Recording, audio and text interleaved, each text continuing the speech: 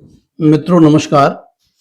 आज मैं बात करूंगा असिस्टेंट प्रोफेसर के इंटरव्यू में कई बार ऐसे प्रश्न पूछे जाते हैं जो कभी तो गंभीर लगते हैं, कभी बड़े सतही लगते हैं। ऐसा लगता है कि इतनी जरूरी नहीं थे इस तरह के सवाल पूछे जाएं। कभी लगता है बहुत आवश्यक है, कभी लगता है कि ये अनावश्यक प्रश्न है। कई तरह की बातें चलती हैं।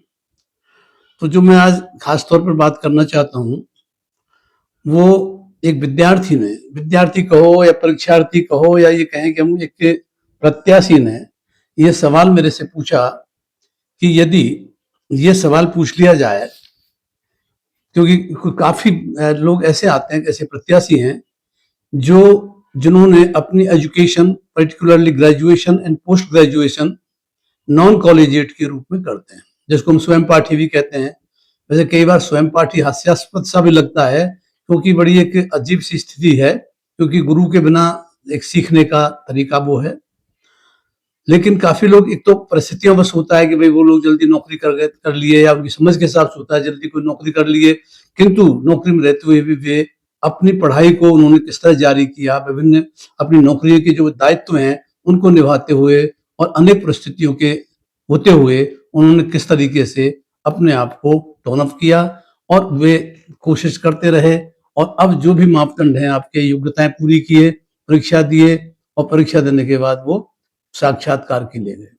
साक्षात्कार में भी ऐसा नहीं है कि केवल ये एक कोई नेगेटिव आपकी क्वालिफिकेशन है, लेकिन प्रश्न जब पूछा जाए तो इसके पीछे पूछने वाले एक्सपर्ट्स का उद्देश्य ये है कि ये किस तरह से इसका जवाब देते हैं, आर्टिकुलेशन किस ढंग का है, तो उससे एक आपकी पर्सनालिटी और एक आपकी इंटेलिजेंस, इन दोनों चीजों का पता चलता है।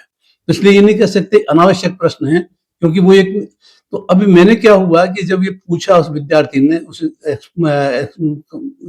प्रत्याशी ने, काफी समय हो गया इस बात को, 2 महीने 1.5 महीने हो गया, तो मैं उसको जवाब कोई खास नहीं दे पाया। ये लिखा मैंने कि आप अपने जिस तरीके से, क्योंकि हर आदमी की परिस्थिति भिन्न होती है, इसलिए इस प्रश्न का जवाब भी कोई स्ट्रक्चर्ड उत्तर नहीं हो सकता कि हमने बना के दे दिया कि इसको ऑल प्रूफ है, सब लोग इसको उत्तर दे सकते हैं, क्योंकि हर एक की अलग अलग स्थितियां हैं, अलग अलग बातें हैं।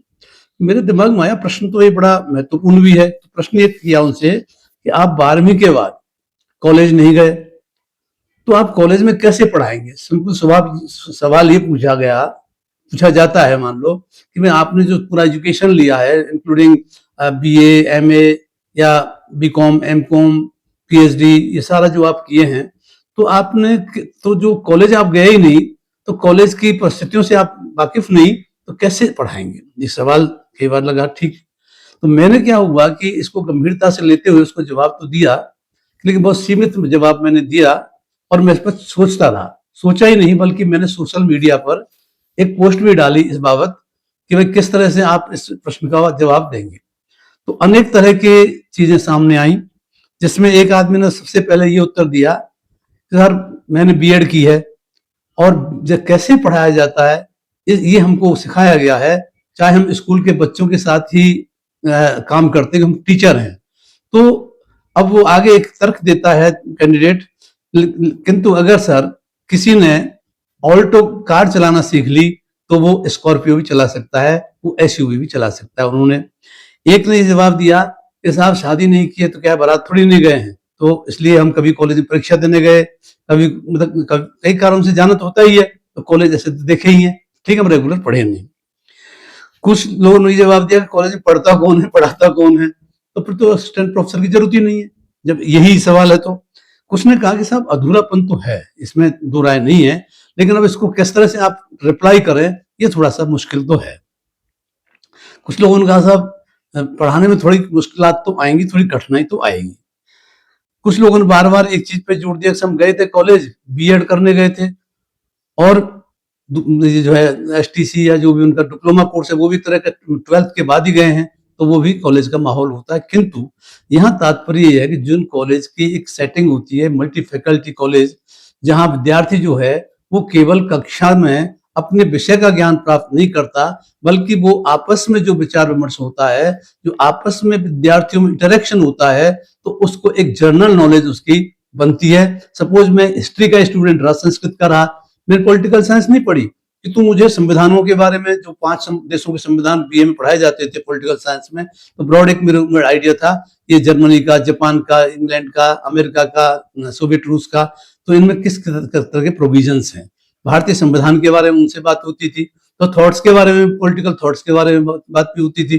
कई चीज हमें इकोनॉमिक्स के विद्यार्थियों से मिली, कई चीज हमें विज्ञान के विद्यार्थियों से मिली, तो जिनका सीधे तौर पर आपके विषय से कोई संबंध नहीं है, किंतु वह आपकी व्यक्तित्व में, आपकी पर्सनैलिटी में, आपकी नॉलेज में ऐड करता है। तो बहुआयामी शिक्षा है, इस बात से इनकार नहीं किया जा सकता कि जो लोग रेगुलर पढ़ते हैं उनकी जनरल नॉलेज और एक अवेयरनेस वो उन लोगों की तुलना में बेटर होती है जो कॉलेज नहीं गए। कारण यह है कि यूं तो ज्ञान प्राप्ति के अनेक साधन हैं, और कॉलेज जाने का मूल उद्देश्य तो पढ़ाई करने, अपने विषय के ज्ञान के लिए, उच्च शिक्षा के लिए जाया जाता है, और उसको कंपनसेट करने के लिए बहुत से तरीके हो सकते हैं, नॉलेज गेन करने के और भी सोर्सेज हैं। लेकिन जो कन्वेंशनल, एक क्या कहेंगे, ट्रेडिशनल जो सिस्टम है, वो टीचर और टॉट के बीच में डायरेक्ट इंटरेक्शन होना चाहिए, इनडायरेक्ट नहीं। और डायरेक्ट होगा तो एक तरफ तो टीचर भी इफेक्टिवली अपनी बात कह पाएगा, दूसरा विद्यार्थी काउंटर क्वेश्चन करके उसमें अगर कुछ प्रश्न और पूछना है तो वो सप्लीमेंट्री क्वेश्चन पूछेगा। यूं तो खैर अब ठीक है, social media, sorry, electronic media पे भी दोनों तरह से सवाल जवाब ये सब कुछ संभव है। तो यूं करके अब काफी कुछ संभव बनाया है इसको। लेकिन जैसे मैं आपको बताऊं कि मैं स्वयं लंबे समय तक मैंने ओपन यूनिवर्सिटी में काम किया। ओपन यूनिवर्सिटी में एज सच अलग सेटअप होता है, वहाँ स्टडी मटेरियल तैयार होता है, वो सेल्फ एक्सप्लेनेटरी होता है। जब उस मटेरियल को स्टूडेंट पढ़ता है तो उसको लगता है he is talking to some teacher और स्टूडेंट। फिर वीकेंड पर कॉन्टेक्ट क्लासेस भी होती है, अगर जो विद्यार्थी अवेल करना चाहे फैसिलिटी कर सकता है। उसके बावजूद भी अभी भी हिंदुस्तान में जो दूसरे मोड ऑफ एजुकेशन है वो उतने पॉपुलर और उतने सोशली एक्सेप्टेड नहीं है जितना कि कन्वेंशनल सिस्टम है। इसलिए इस तरह के प्रश्न स्वाभाविक तौर पर उठता है। तो अब आपने, जैसे जब और लोगों ने कुछ जवाब दिया, आप मेरे इस वीडियो को थोड़ा ध्यान से देखें। यदि आपसे जुड़े हैं, या तो आप कहीं टीचर हैं, या बाबू हैं, या कोई इंस्पेक्टर हैं, या कोई आप मतलब असिस्टेंट प्रोफेसर से हल्के पद पर है, आप और असिस्टेंट प्रोफेसर बनना चाहते हैं, आपने पीएचडी एमफिल वगैरह भी कर लिया है, नहीं भी किया है तो आपने जो भी बीए एमए किया है, फिर आपने क्वालिफाई किया है, तो ये सब चीजें हैं कि आप उधर रुझान आपका है, तो वो सबको इसको ध्यान से सुने। तो कुछ लोगों ने जो जवाब दिए उसने ये भी कहा कि वो लोग परिस्थितियां बताने लग गए अपने कि क्यों नहीं गए। तो मैंने उनको ये कहा, देखिए इस तरह का तो जवाब देना ही मत, क्योंकि आपकी परिस्थितियां कुछ भी हो सकती है, क्यों आपसे ये प्रश्न पूछा ही नहीं गया। यदि आपसे ये प्रश्न पूछा जाए कि आप 12th के बाद कॉलेज क्यों नहीं गए और उसके बाद आपने सारी प्राइवेट परीक्षाएं क्यों की, तो आप जवाब देंगे कि आप क्यों गए। जब आपसे ये पूछा ही नहीं गया कि आप क्यों नहीं गए, तो इसका जवाब आपको देना ही नहीं, आप तो नहीं गए। ये स्थिति, ये एक फैक्चुअल सिचुएशन है। अब इसमें आप क्या उत्तर देंगे? तो एक चीज तो ये, सबसे पहले एक स्वीकारोक्ति, मतलब जो आप एक को स्वीकार करें उसमें कहीं कोई आपका नुकसान नहीं होता है, बल्कि आप कुतर्क के आधार पर जवाब देने का कोशिश करेंगे तो निश्चित तौर पर लगेगा कि ये बच्चा जो है ये मतलब क्लियर नहीं है, कंफ्यूज है, और ये जबरदस्ती कोशिश कर रहा है और यहाँ इंटरव्यू में, वरना तो कह सकता है कि सर मैं रिप्लाई नहीं कर पाऊंगा इसको ठीक से। दूसरा क्या है कि एक प्रश्न से आपका मूल्यांकन होने वाला नहीं है, अन्य प्रश्न पूछे जाएंगे, कई एक्सपर्ट अलग अलग प्रश्न पूछेंगे, तो ओवरऑल मूल्यांकन तो बाद में होता है। तो आप पहले से ही उस मूल्यांकन के डर से कि जवाब नहीं दिया कोई प्रश्न का, तो नेगेटिव मार्किंग नहीं होती है सच इंटरव्यू में। लेकिन क्योंकि आपके ओवरऑल आपका असेसमेंट करना है ना, नॉलेज का भी, पर्सनालिटी का भी, आपके तौर तरीकों का भी, आप किस तरीके से रिप्लाई करते हैं, आर्टिकुलेट किस तरह से करते हैं, ये सब बातें होती हैं। तो सबसे पहली बात मैं मानता हूं कि इस स्वीकारोक्ति में कहीं कोई झिझक नहीं होनी चाहिए, क्योंकि आप कह भी सकते हैं कि साहब कुछ कमी तो रही जाती है, ये तो मानते हैं। किंतु जो सबसे प्रमुख बात है कि हम लोग 12th के बाद यूं तो हमने डिप्लोमा इन एजुकेशन करने गए, या उसके बाद हमने ऐसी नौकरी की जिसमें हमको इस तरह से नॉलेज के लिए और रास्ते खुले, बीएड के लिए हम गए, वो भी कॉलेज की एक सिचुएशन तो होती है कॉलेज की, बाकी ऐसा सच वो तो नहीं है। यूं तो जो लोग BEd, BA BEd, BSc BEd, BCom BEd का कंबाइंड प्रोग्राम करते हैं, वो कहेंगे भाई हम तो ये किए हुए हैं, तो इसलिए कैसे कहते हैं कि हम जो है कॉलेज नहीं गए। तो कई चीजें हो सकती हैं, लेकिन ये कोई जवाब ठीक तरीके से बनता नहीं है। दूसरी बात क्या है, अब जो मैं खास बात कह रहा हूँ, पहली बात तो ये है कि पढ़ाने के लिए ज्ञान की आवश्यकता होती है, ना कि इसकी कि आप जो है किस जब गए नहीं कॉलेज में तो नहीं पढ़ा पाएंगे। जब आपके पास ज्ञान है और वो ज्ञान आपने कन्वेंशनल ना करके कहें कि जो अनकन्वेंशनल मतलब जो तरीके हैं उन तरीके से मुझे प्राप्त किया है, उनसे आप कहीं कमजोर नहीं है, बल्कि आपने जो कॉलेज से आपकी एब्सेंस रही है उसको कंपनसेट किया है by other means. Other means में अनेक चीजें आती है, उसमें वो भी आती है कि जो लोग रेगुलर पढ़ रहे हैं और प्राइवेट पढ़ रहे हैं, कई बार उनके बीच में इंटरेक्शन होता है। जो प्राइवेट वाला थोड़ा सा जो जीनियस होता है वो रेगुलर वाले से बात करता है कि कॉलेज में क्या क्या पढ़ा रहा है, कैसे पढ़ रहे हैं, क्या चल रहा है। तो वो भी एक तरीका है, आप अपने स्तर पर किस तरह से सोशल रिलेशनशिप में वो सीखने की कोशिश करते हैं। तो जो गैर परंपरागत तरीके हैं, परंपरागत तरीका तो वही है कि स्टूडेंट और टीचर का इंटरेक्शन हो, लेकिन साथ में यह है कि अन्य साधन भी हैं। तो आपने जो कॉलेज का अभाव है या जो आपका अधूरापन है उसको कंपनसेट करने के लिए आपके एफर्ट एक रेगुलर स्टूडेंट से भी ज्यादा हुए हैं। दूसरी बात यह कि कॉलेज नहीं गए, जाने से क्या है कि विद्यार्थी के रूप में कॉलेज को देखना और शिक्षक के रूप में कॉलेज को देखना दोनों भिन्न भिन्न है। क्योंकि आप विद्यार्थी के रूप में देखेंगे तो आप उसके बारे में आपका जो परसेप्शन है वो डिफरेंट होगा, क्योंकि वहां आप नॉलेज के लिए गए हैं और आपका उद्देश्य वहां उस समय तय नहीं हो रहा है कि आपको क्या करना है। और फिर क्या है कि एक टीचर जो फेस कर रहा होता है वो उस स्टूडेंट को पता नहीं चलता है कि टीचर क्या फेस कर रहा है। तो बाद में ये कहना चाह रहा हूं कि ठीक है, अगर हम उस समय अब जब जाएंगे तो निश्चित तौर पर एज टीचर जो हम समझेंगे कॉलेज को तभी समझ सकते हैं, हम चाहे कितने भी रेगुलर क्लासेस में गए हों, कितने रेगुलर कॉलेजेस में पढ़े हों। जब हम टीचर बन के उसी कॉलेज में आते हैं तो हमारी स्थिति बदल जाती है और हम कॉलेज को अन्य दृष्टि से देखने लग जाते हैं। कॉलेज के ओवरऑल केवल टीचिंग को भी नहीं, अन्य चीजों को भी, चाहे वो पुस्तकालय है, एज स्टूडेंट पुस्तकालय अलग है, एज टीचर पुस्तकालय अलग है। तो इस तरह से क्या है कि जब अवसर मिलेगा तो निश्चित तौर पर हम कॉलेज के बारे में सीखेंगे। दूसरा क्या हुआ है कि हम शिक्षक बन के ही कॉलेज को समझेंगे और कोई भी व्यक्ति जो रेगुलर कॉलेज गया हो उसके वो काम नहीं आएगा।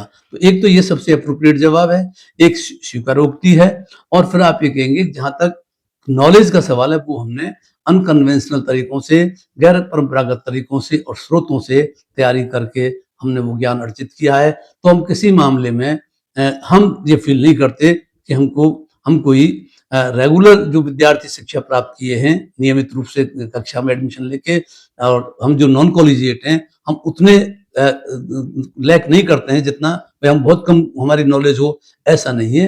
कुछ परसेंट विषय में तो हो सकता है हमारी नॉलेज ज्यादा हो, रिटर्न हो सकता है हम ज्यादा नंबर ले आए, लेकिन हाँ हम ये मानते हैं कि जो रेगुलर गया है उसको ओवरऑल ज्ञान तो ज्यादा होगा। लेकिन हम भी निरंतर रूप से पत्र पत्रिकाओं के माध्यम से, रेगुलर न्यूज़पेपर पढ़ करके और नई बातें कहीं कोई न्यूज़पेपर में रिपोर्ट होती है अबाउट माय सब्जेक्ट, चाहे जो भी सब्जेक्ट आपका है, तो मैं जो वीडियो बना रहा हूँ कोई पर्टिकुलर सब्जेक्ट के लिए ही नहीं है। ये प्रश्न सभी सब्जेक्ट में, खासतौर पर उन्हीं में, क्योंकि ये जो प्राइवेट अपीयरेंस वाली बात है सबसे ज्यादा भीड़ आती है हिस्ट्री में, पॉलिटिकल साइंस में, हिंदी में, संस्कृत में, और इसके अलावा जो मतलब जो आर्ट्स के सब्जेक्ट हैं, इकोनॉमिक्स में भी आते हैं लेकिन इकोनॉमिक्स के फिर भी कुछ कम होते हैं, ज्योग्राफी के लोग भी आते हैं और साइंस के लोग अधिक नहीं आते हैं, क्योंकि साइंस में तो नॉन कॉलेजिएट अलाउड नहीं था, लेकिन अब कुछ जगह नॉन कॉलेजिएट का अलाउ हुआ है। लेकिन उसको पूरा करने के लिए उनके लिए प्रैक्टिकल कैंप्स और क्या क्या लगते हैं, तो कुछ न कुछ उसमें एक ऐसा कंपोनेंट जरूर डाल दिया जाता है सो दैट विद्यार्थी जो है वो टीचर के साथ इंटरेक्ट कर सके, उनसे कुछ ग्रहण कर सके। तो ये सब बातें हैं। तो इसलिए इसलिए इस प्रश्न का जवाब बहुत ही साहस के साथ और अपने आप को डिफेंड करते हुए करें, क्योंकि जब आप वहां जाते हैं इंटरव्यू में, आपका बाद में आपसे क्लासरूम टीचिंग का भी एक 5 मिनट का या 4 मिनट का जो भी आपको अवसर दिया जाता है, तो एक ब्लैक बोर्ड होता है, उसको आपसे कहा जाता है जनरली, या तो हम कहें कि भाई क्या क्या पढ़े हो, ये पढ़े हो, अच्छा चलो इसमें बता दो। कई बार ये होता है अधिकांश कहते हैं अच्छा भैया क्या तैयार करके लाए हो आप जो तैयार करके लाए वो चलिए, हम स्टूडेंट हैं आप टीचर हैं तो आप पढ़ाइए। तो उस समय क्या है कि आपको अपनी जो कौशल है, टीचिंग जो एबिलिटी है, उसको आप प्रदर्शित कर सकते हैं। तो इसलिए केवल एक लेक्यूना होने से आप रेगुलर नहीं पढ़े तो इससे कोई कॉम्प्लेक्स ना रखें, बल्कि मैं तो ये कहता हूँ कि आप और अधिक काम करें। आप जैसे रिसर्च भी करें, कुछ शोध पत्र लिखें, या कोई लेखन कार्य कर रहे हैं, या आपके मन में कोई पुस्तक भी लिखें, तो आपकी वो जो नॉलेज है, और है भी काफ़ी लोग ऐसे प्रत्याशी जो ऐसे प्रयास करते हैं, तो उससे उनका जो है, ये जो प्रश्न है, जिससे उनको लगता है नेगेटिव है, उससे वो पॉजिटिव हो जाता है, और इससे हम लोग और अच्छी तरह से सीख सकते हैं। तो इस तरह का प्रश्न जब आया मेरे सामने, तो ऐसे और भी मेरे पास कुछ पेंडिंग प्रश्न हैं। यदि आपको लगेगा, आप लोग देखने के बाद अपनी प्रतिक्रिया हम कहेंगे कि इस तरह के प्रश्नों का जवाब दिया जाना चाहिए या इस पर डिस्कशन होना चाहिए, तो मैंने आपको कोई फाइनल कॉन्क्रीट जवाब नहीं दिया, बट मैंने सब इंडिकेटिव वीडियो है, इसमें मैंने इंडिकेट किया कैसे कैसे आप अपनी स्थिति को डिफेंड कर सकते हैं, और इंटरव्यू में आप अपने आप को फिर कमजोर महसूस नहीं करेंगे। आपको लगेगा, वरना तो अच्छा, तो प्रश्न बिल्कुल नहीं दे पाया जवाब, लगेगा, क्योंकि असली मूल्यांकन का परिणाम आने के बाद ही पता चलता है कि आप कैसा किए, कैसा नहीं किए। तो इस तरह से आप अपनी बातें मुझे भेजें कभी-कभी, क्योंकि वैसे तो नॉर्मली मैं कोई ऐसा स्ट्रक्चर्ड कोई क्लासरूम चलाता नहीं, ना कोई मेरा पास सिलेबस है। मैं तो अपना हिस्ट्री का मेरा रहता है, और वही मैं करता हूँ। किंतु ये प्रश्न काफ़ी पहले आया, अब तो शायद उनके इंटरव्यू हो भी गए होंगे, किंतु भविष्य में भी लोगों को इस तरह के प्रश्न पूछे जा सकते हैं, इसलिए आपके समक्ष रखा है। धन्यवाद, नमस्कार, जय हिंद।